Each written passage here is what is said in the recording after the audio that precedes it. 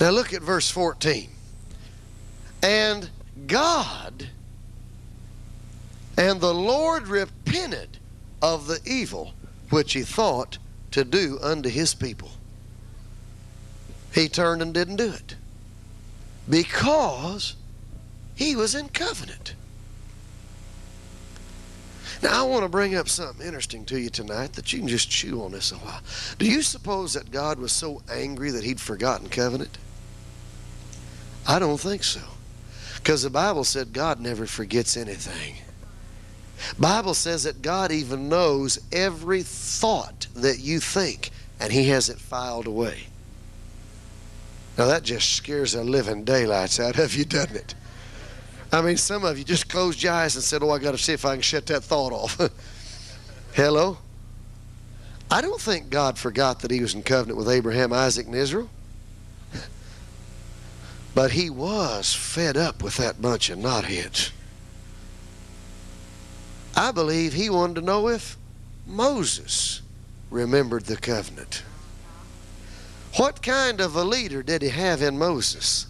Did Moses understand covenant? Was Moses willing to sacrifice his position for covenant relationship? Stop and think about it. This wouldn't be Abraham, Isaac, and Israel any longer, would it? It'd be Moses and the sons of Moses with whom God had cut covenant. It wouldn't be the Jewish nation looking up to their father Abraham any longer, would it? It'd be the Jewish nation looking up to their father Moses, the one who did it right. Has you ever thought about that? God didn't have trouble remembering covenant. God needed to know what kind of a leader he had. What kind of a servant was over his people. Is the servant willing to live by covenant? Even if it means the sacrificing of his own position, his own fame, his own wealth, his own blessing, to be sure that covenant is kept on behalf of the knot-headed idiots that he's leading. That's real heavy, isn't it? I mean, let's face fact. There was an ongoing dialogue between God and Moses all the time. One week God wanted to kill him, and the next week Moses wanted to kill him.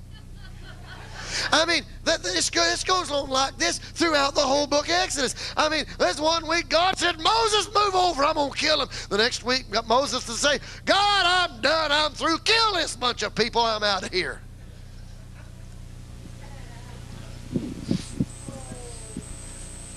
I don't think God had trouble remembering covenant. Because you see, God's the one that brought forth covenant. He birthed covenant relationship. But he did need to know what kind of a servant, what kind of a leader he had. Would this leader be willing to sacrifice his own personal life for the life of those that he led? Let me tell you something about leadership, folks. There's a lot of people that want to be in leadership today. Because you can never be a leader till, first of all, you learn how to be led. And you can never be a leader till you're willing to sacrifice your own personal position for the good of those that you lead. Covenant relationship. Amen?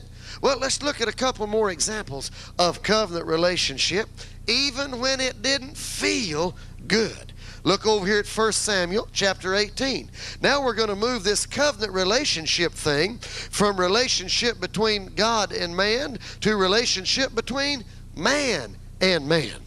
1 Samuel chapter 18. Woo! And I heard Pastor Eric say, Shandai, Shandai. Ooh, this sounds good to me. Covenant relationship. Are you with me? In 1 Samuel 18, verse 1, the word says, And it came to pass that when he had made an end of speaking unto Saul, that the soul of Jonathan was knit with the soul of David, and Jonathan loved him as his own soul.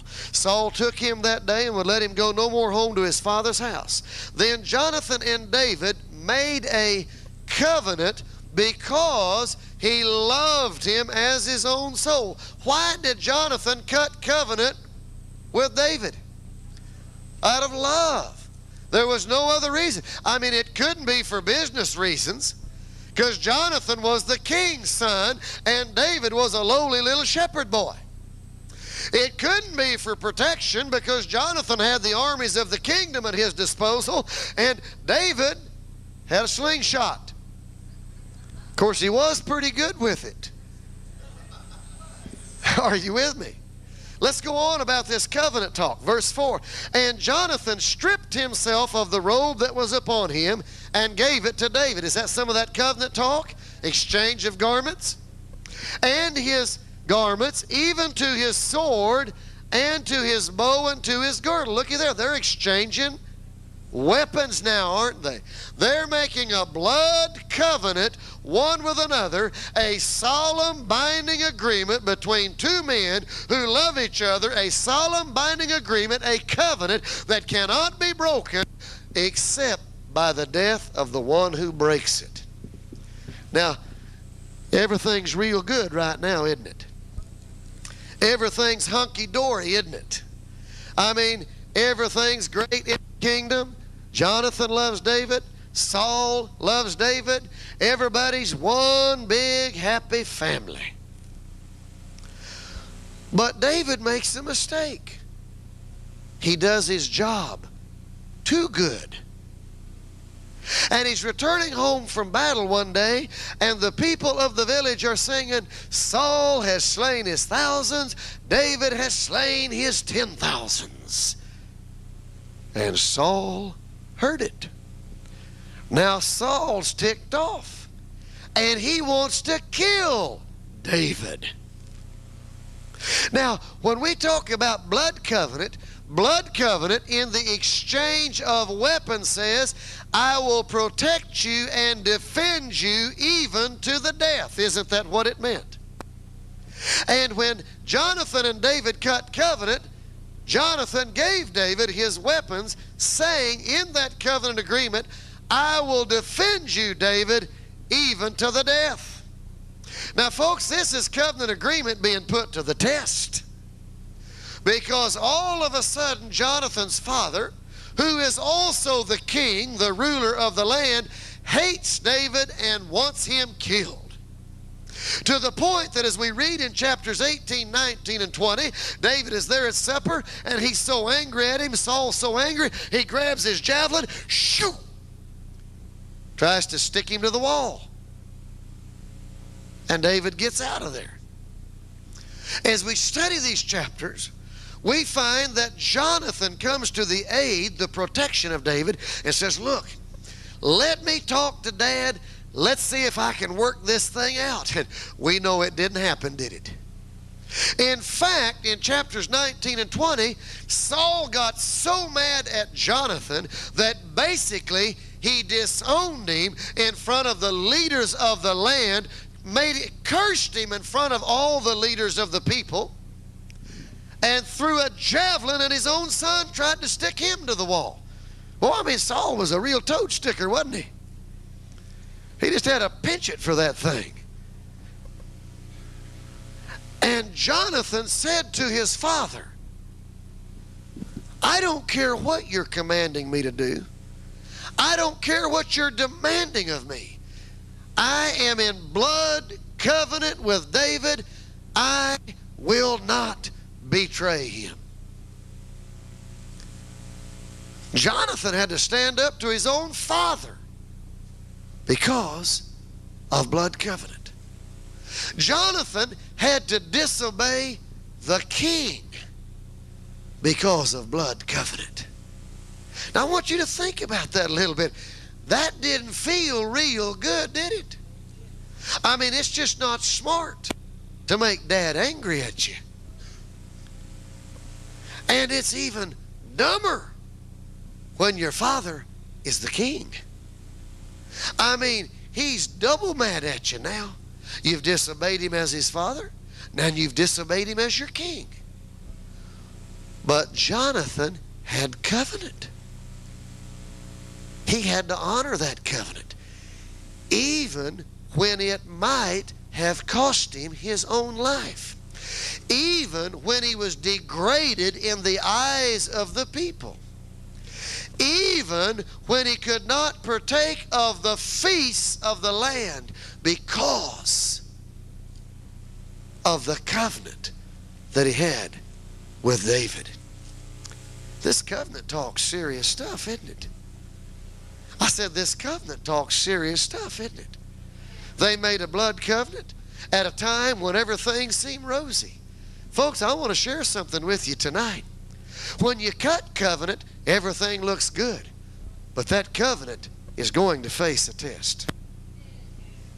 That covenant is going to face a test. We know that throughout the years that ensued, Jonathan was diligent to honor the covenant. He was diligent to protect David. He was diligent to do everything he could to let David know what his father's plans were. And because of that, Jonathan was blessed throughout all those years by Almighty God, because Jonathan was a man that honored covenant. Say, honored covenant. Turn over to 2 Samuel tonight. I want you to see one more example in honoring covenant. 2 Samuel chapter 9.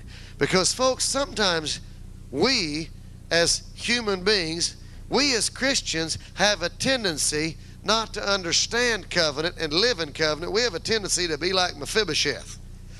We have a tendency, instead of living in the palace, to be living over in Lodibar. Say Lodibar. Now you say, I'd never even heard of Lodibar till tonight.